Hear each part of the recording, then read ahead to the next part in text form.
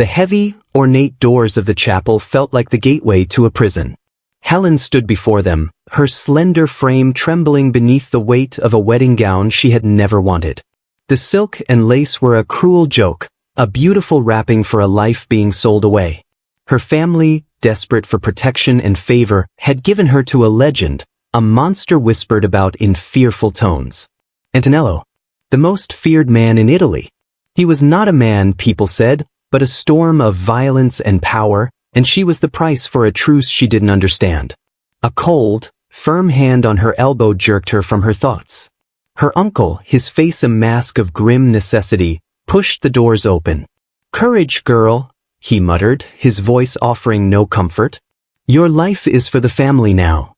The walk down the aisle was a blur of silent, grim-faced strangers. There were no smiles, no joyful tears. This was not a celebration, it was a transaction. The air was thick with the scent of expensive perfume and unspoken fear. Helen kept her eyes down, focusing on the cold marble floor, each step feeling like a march to the gallows. Her heart hammered against her ribs, a frantic bird trapped in a gilded cage. She could feel hundreds of eyes on her, but one gaze, from the front of the chapel, felt heavier than all the others combined. It was a physical pressure, a dark heat that made the fine hairs on her arms stand up. Forcing her chin up, she finally looked at him. And the world stopped. Antonello was not the gnarled, ugly beast her nightmares had conjured. He was beautiful. The word felt wrong, too soft for the sheer intensity of him, but it was the only one that fit. He was tall and broad-shouldered, his form encased in a perfectly tailored black suit that screamed of power and money. His hair was as dark as a starless midnight, brushed back from a strong, commanding forehead. But it was his eyes that held her captive. They were the color of dark roasted coffee, deep and unreadable, and they were fixed on her with an unnerving, absolute focus. He didn't look at her dress or her face. He looked into her as if he were already stripping away the layers of silk and fear to see the very core of her soul. He was devastating. And he was terrifying. He didn't smile. He didn't move. He simply watched her approach, a king observing a new subject brought before his throne. As she drew closer, she could see the sharp, clean line of his jaw, the faint shadow of stubble, the surprising fullness of his lips. He was all hard lines and simmering energy, a predator holding himself perfectly still. Her uncle placed her cold, trembling hand into Antonello's. The moment their skin touched, a jolt, sharp and electric, shot up her arm. It wasn't painful, but it was overwhelming, a surge of heat that was entirely at odds with the ice in her veins. His hand was large, his fingers long and strong, completely enveloping hers. She felt the surprising roughness of his palm, a testament to a life that was not soft, and the warmth of his skin seemed to seep directly into her bones. He felt her flinch. His dark eyes narrowed just a fraction, and his grip tightened, not enough to hurt, but enough to stop her from pulling away. It was a possessive hold, a claiming. The priest began the ceremony, his voice a dry, droning hum in the vast, tense silence of the chapel. Helen heard none of it. Her entire world had shrunk to the point where her hand was joined with his. She could feel the steady, powerful thrum of his pulse against her skin, a slow, confident rhythm that was the complete opposite of her own frantic heartbeat. He was calm. He was in control. And he was now the center of her universe. When it was time to say her vows, her voice was a faint, shaky whisper. "I do." The words felt like a betrayal of herself. Antonello's voice, when he spoke his vows, was different. It was a low, deep baritone that vibrated through the very air, resonant and commanding. It was a voice used to being obeyed, a voice that promised both protection and punishment. "I do," he said, and the words were not a promise, but a decree. His eyes never left hers, pinning her in place. The priest pronounced them man and wife. A tense, collective sigh seemed to ripple through the crowd. It was over. She was his. Antonello turned to her fully for the first time. He was even more imposing up close, his height forcing her to tilt her head back to maintain eye contact. The air around them crackled with a strange, new energy. He reached out, his movements slow and deliberate, and his free hand came up to cradle her cheek. His thumb, rough and warm, stroked once, gently, over her cheekbone, wiping away a tear she hadn't even realized had fallen. The gesture was so unexpectedly tender that it stole her breath. For a single, wild moment, she saw something flicker in the depths of his dark eyes, not cruelty, but a fierce, possessive curiosity. Then he leaned in. Her eyes fluttered shut, her body tensing for the cold, formal kiss she expected. His lips did not meet hers. Instead, he bent his head, and his mouth brushed against her ear. His warm breath ghosted over her sensitive skin, sending a shiver cascading down her spine that had nothing to do with fear and everything to do with a strange, thrilling panic. His whisper was for her alone, a low, intimate rumble that felt like a physical caress. "You are my wife now." He paused, letting the weight of those words sink into her soul. Helen stood frozen, her heart pounding a frantic, chaotic rhythm against his chest. The scent of him, clean soap and something darker, something uniquely male and dangerous, filled her senses. Then he finished, his voice dropping even lower, laced with a dark, sensual promise that made her knees feel weak. "You belong with me." He pulled back, his dark eyes blazing with a heat that promised a storm was coming. A storm of what? She didn't know.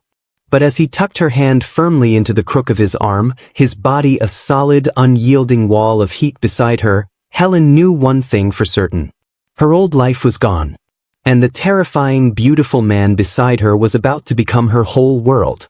The walk back down the aisle felt infinitely longer, the eyes of the crowd now filled with a new, knowing respect. She was no longer just Helen. She was Antonello's wife.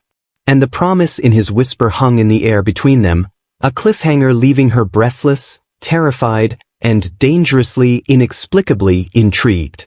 The massive stone house was more a fortress than a home, its echoing hallways and silent rooms a constant reminder of her new cage. For days, Helen and Antonello existed as polite strangers orbiting the same space. He was a ghost in his own home, leaving before dawn and returning long after she had retreated to the separate bedroom she'd been given. Their interactions were brief, functional. A nod across the dinner table. A low, good night, as they parted ways in the grand hallway. He was always watching her with that same intense focus, but he kept his distance, a predator studying his new possession, deciding what to do with her. The first crack in the ice came on a rainy afternoon. Helen, trying to find a sliver of comfort, had curled up in the library with a book. She'd absent-mindedly mentioned to a housekeeper that she found the room chilly. The next day, a beautiful, intricately woven cashmere blanket was draped over the back of her favorite armchair. There was no note, but she knew. He had noticed. Another evening, she had pushed the food around her plate, her appetite stolen by loneliness. Antonello, from the head of the long table, had watched her in silence. The following night, the cook served a simple pasta dish, a recipe from the region where Helen had grown up. It was a taste of home, a small, stunning kindness that brought unexpected tears to her eyes. She looked up and found his gaze on her. He gave a single, slow nod. He saw her. He was listening. Slowly, the fortress began to feel less like a prison. The fear that had coiled in her stomach started to loosen, replaced by a nervous, fluttering curiosity. The man who commanded armies of shadows with a single word was also the man who ensured her favorite tea was always in the pantry. The turning point came one quiet evening. A sudden, violent summer storm lashed against the windows, the thunder so loud it shook the very foundations of the house. Helen, who had always been secretly frightened of storms, jumped at a particularly deafening crack of thunder, her book clattering to the floor. She didn't hear him approach. A shadow fell over her, and she looked up to find Antonello standing there. He wasn't in one of his sharp, intimidating suits. He wore a simple dark sweater and trousers, and he looked younger, more approachable. "The storm is fierce," he said, his voice a low rumble that rivaled the thunder. Helen could only nod, her heart still racing. He didn't leave. Instead, he bent down, picked up her book, and then, to her astonishment, sat in the large armchair opposite her. He didn't try to fill the silence with empty words. He simply sat, a solid, calm presence in the heart of the chaos outside. With him there, the thunder suddenly seemed less frightening. "You are not like what I expected," she whispered, the words escaping before she could stop them. His dark eyes met hers. "And what did you expect, Helen?" "A monster," she said honestly, her voice trembling. "They all say you are a monster." A ghost of a smile touched his lips, but it didn't reach his eyes. "The world needs monsters," he replied softly, "to keep the other monsters away." He leaned forward, his elbows on his knees, his gaze intent. "But I am not a monster to you. I will never be a monster to you." In that moment, something inside her shifted, broke open, and melted completely. The last of her fear evaporated, burned away by the raw, honest intensity in his eyes. The fluttering in her chest wasn't panic anymore. It was something else, something warmer and more terrifying. It was hope. It was a pull. That night, when she went to her bedroom, she didn't close the door. She stood in the center of the room, her heart pounding a new, excited rhythm. The house was silent, the storm having passed, leaving a calm, charged air in its wake. She heard his footsteps in the hallway. They paused at her door. She held her breath. Antonello stood in the doorway, his large frame filling the space. The dim light from the hall cast shadows across the sharp planes of his face. His eyes were dark, burning with a heat she now recognized, a heat that mirrored the new fire in her own blood. "Helen," he said, her name a prayer on his lips. She didn't speak. She simply looked at him, her eyes wide and unblinking, and took one small step back, an unspoken invitation. That was all he needed. He crossed the room in 3 long strides, but his movement was not one of attack. It was one of purpose. He came to a stop before her, so close she could feel the warmth radiating from his body, could smell the clean, spicy scent of his skin. "This changes everything," he whispered, his voice husky. "There is no going back." "I know," she breathed. He reached out, his hands coming up to cradle her face. His touch was not the possessive grip from the wedding, but unbearably gentle, his thumbs stroking her cheeks as if she were the most precious, fragile thing he had ever held. And then he kissed her. It was not the cold, formal peck she had feared at the altar. It was a slow, deep, claiming kiss that stole the very breath from her lungs. It was a kiss that held all the intensity she had seen in his eyes, all the patience he had shown her, all the fierce, hidden tenderness. It was a storm of feeling, sweet, nervous, and overwhelmingly intense. Her hands came up, clutching the soft wool of his sweater, holding on as the world tilted on its axis. He was patient, so patient. His hands explored her with a reverence that made her want to weep. He learned the landscape of her body as if memorizing a sacred map, his touch sparking trails of fire across her skin. The nervousness she felt was met with whispered reassurance, the newness of it all handled with a care that shattered the last of her defenses. It was not a conquest. It was a discovery. A joining. Later, tangled in the sheets, wrapped in the safe, strong circle of his arms, Helen felt a peace she had never known. Her head rested on his chest, listening to the strong, steady beat of his heart. His fingers traced lazy patterns on her bare back. He shifted, rolling so he was leaning over her, his body caging her in, but she felt no fear. Only a thrilling, powerful sense of belonging. He looked down at her, his dark eyes soft in the moonlight filtering through the window. The intensity was still there, but it was layered with a devotion so deep it stole her breath. He lowered his head, his lips brushing her ear, just as he had at their wedding. But this time, his whisper was not a cold statement of fact.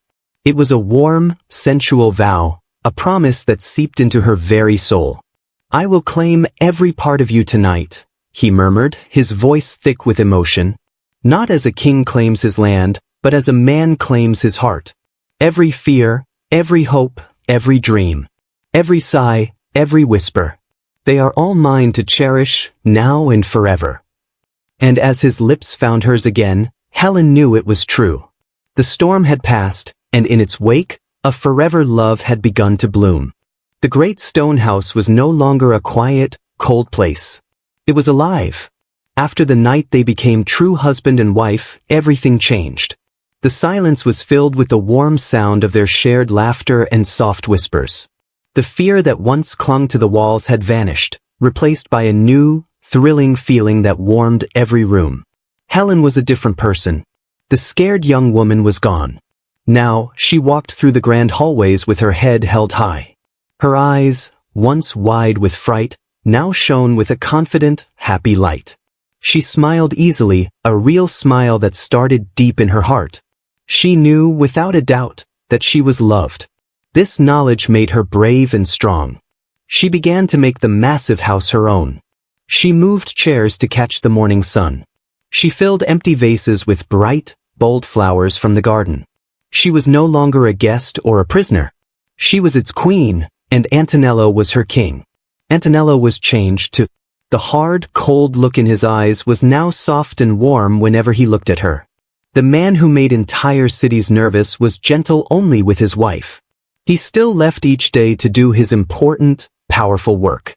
Men still jumped at his command. But when he returned home, he was just a man in love. His deep voice, which could sound so frightening, became a low, warm murmur just for her. His strong hands, which could command such danger, now held her with a tenderness that made her heart flutter. Their days settled into a new, happy rhythm. They ate breakfast together every morning at a small table in the garden.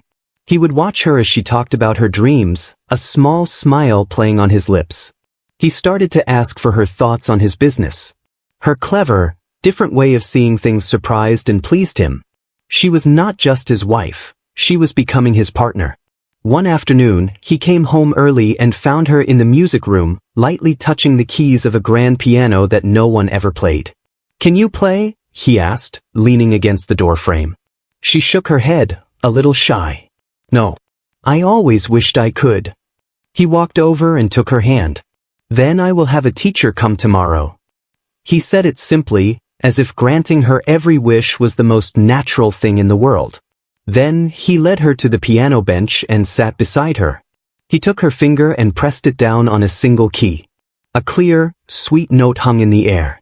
"There," he said, his voice a whisper in her ear. "Now the first music in this house is ours." Their nights belonged only to each other. The long, formal dining table was forgotten. They often ate simple meals on a soft rug in front of the big fireplace. They would talk for hours, or sometimes, just sit in a comfortable silence, her head resting in his lap while his fingers gently stroked her hair. The dangerous world outside felt a million miles away. One evening he found her in the library, looking at a book of maps. "Is there a place you dream of?" he asked, coming to stand behind her, his hands settling on her waist. She leaned back against his solid chest, feeling his warmth through her dress. "Everywhere," she whispered. "With you." He turned her around to face him. His dark eyes were intense and serious. "Then we will go everywhere." He kissed her then, a slow, deep kiss that promised endless adventures. His hands slid down her back, pulling her closer until not a sliver of space remained between them. She could feel the hard, unyielding strength of his body, a contrast to the softness of her own. The kiss grew hotter, more demanding, stealing the breath from her lungs. He broke away, his breath a warm gust against her cheek. "But first," he murmured, his voice husky with want, "I need to show you something upstairs." He took her hand and led her from the room. But they didn't go to the bedroom. He led her to a private sitting room she rarely visited. The lights were dim. He didn't speak.